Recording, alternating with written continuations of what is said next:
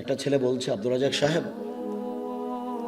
আপনি যে বিড়ি সিগারেট সব সময় বলেন, তো বিড়ি সিগারেট হারাম তার দলিল কোথায়? তো দলিল সরাসরি আছে। আল্লাহ রাসূল বলছেন, মাসকারা কাসিরুহু ফাকালিলুহু হারাম। যেই জিনিসটা বেশি খেলে বিবেকের ক্ষতি হবে, তার কম, তার একটা কণাও হারাম। তো তাহলে তোমার 50 বেড়ি, হাফ কেজি বেড়ির মশলা খুলে একজনকে খাওয়াইয়া দাও তো দেখি।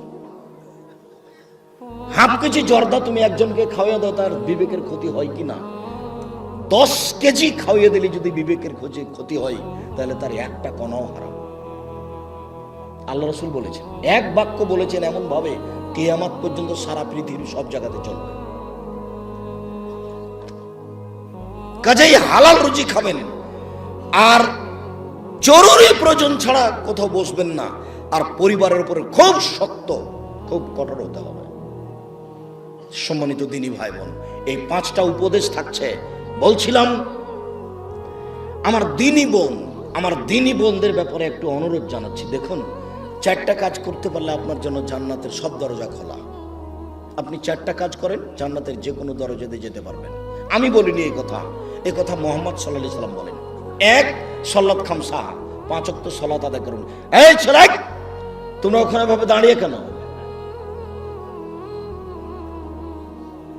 বসো। দিনী ভাই বোন, আমি আপনাদেরকে অনুরোধ করছি, আপনারা দয়া করে দোকানপাটে কেউ থাকিয়েন না, রাস্তাঘাটে চলাচল করিয়েন না। এখন কোনো কাজ করার প্রয়োজন মনে করেন না। আপনার আমি কিছু না কিছু উপকার করবই ইনশাআল্লাহ। আপনিও যেমন কষ্ট করে এসেছেন, আমিও তেমন কষ্ট করে এসেছি।